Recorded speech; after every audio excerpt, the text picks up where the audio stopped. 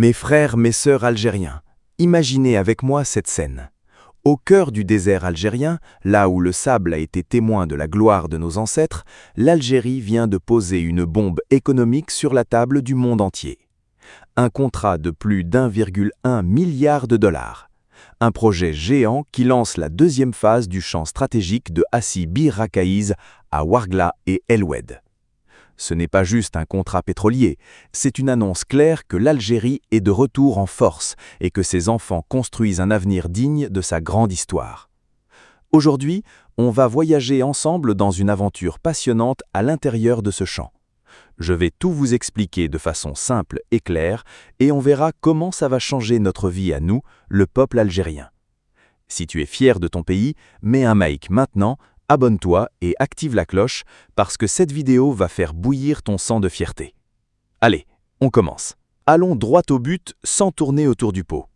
Imaginez, au milieu du désert, l'Algérie signe un méga contrat pour développer le champ de Hassi Bir Rakaiz. Ce champ se trouve dans le bassin de Berkine, au nord-est de Hassi Messaoud, partenariat entre Sonatrach, 51%, et la compagnie thaïlandaise PTTEP, 49%.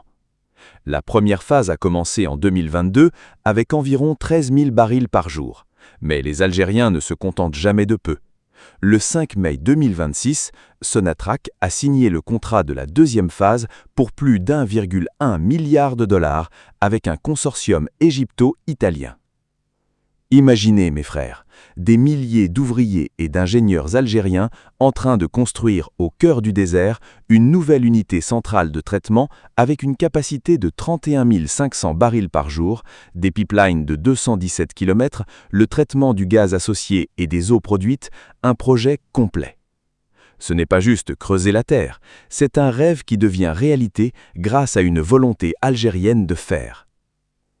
Expliquons ça simplement, comme si on était assis au café. Le champ, c'est un réservoir sous terre. La première phase a ouvert la porte, la deuxième phase agrandit toute la maison. Ils vont transformer le pétrole brut en produit prêt à l'exportation, récupérer le gaz qui était brûlé avant et traiter les eaux pour protéger l'environnement. L'objectif ? Atteindre 30 000 barils par jour bientôt et peut-être 60 000 à long terme. Chaque baril supplémentaire égale des dollars en plus dans les caisses de l'État. Mes frères, l'importance ici est stratégique à 100%. L'Algérie renforce sa production à un moment où le monde entier cherche des sources d'énergie fiables. Diversification des partenariats, Thaïlande, Égypte, Italie, tout en gardant la souveraineté nationale.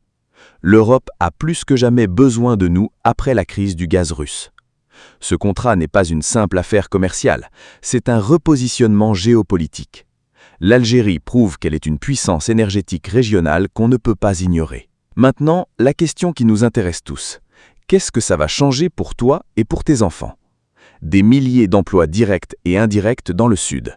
Ingénierie, maintenance, transport, services, un vrai transfert de technologie. Nos jeunes vont apprendre les technologies les plus modernes. Redynamisation de Ouargla et El Oued.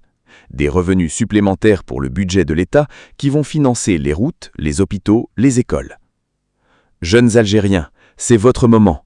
Étudiez l'ingénierie pétrolière, l'énergie, la gestion. Votre pays a besoin de vous pour construire ce grand édifice. Mais soyons réalistes et honnêtes. Le succès n'est pas garanti juste par la signature. Il y a de vrais défis. Bonne gouvernance, transparence, diversification économique, transition énergétique, formation des jeunes et protection de l'environnement. Ces défis ne sont pas pour nous décourager, ils sont là pour nous motiver encore plus. L'Algérie a surmonté bien pire avant. Mes prévisions ?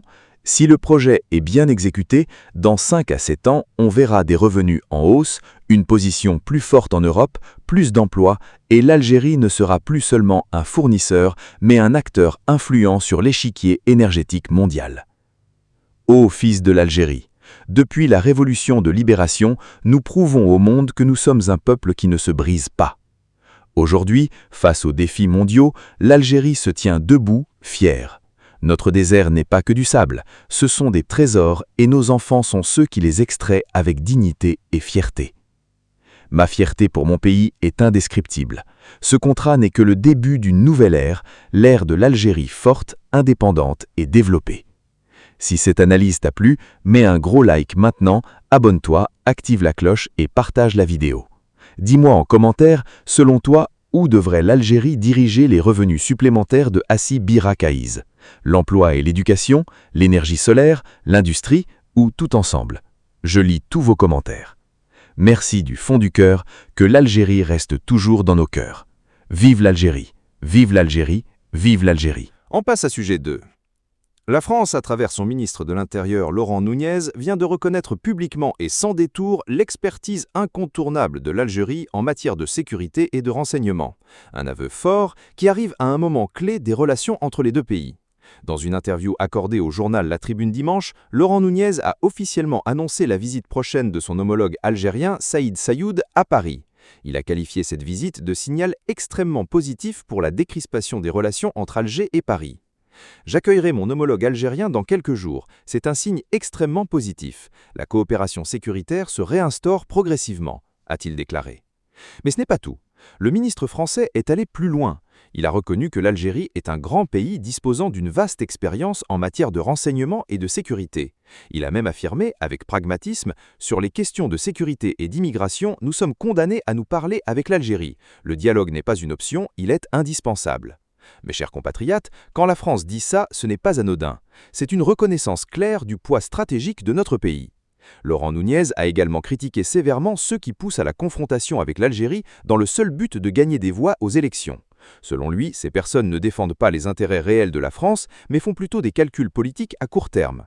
Il a rappelé la profondeur des liens humains entre les deux rives de la Méditerranée. Des millions de personnes, des deux côtés, sont directement concernées par la qualité de cette relation.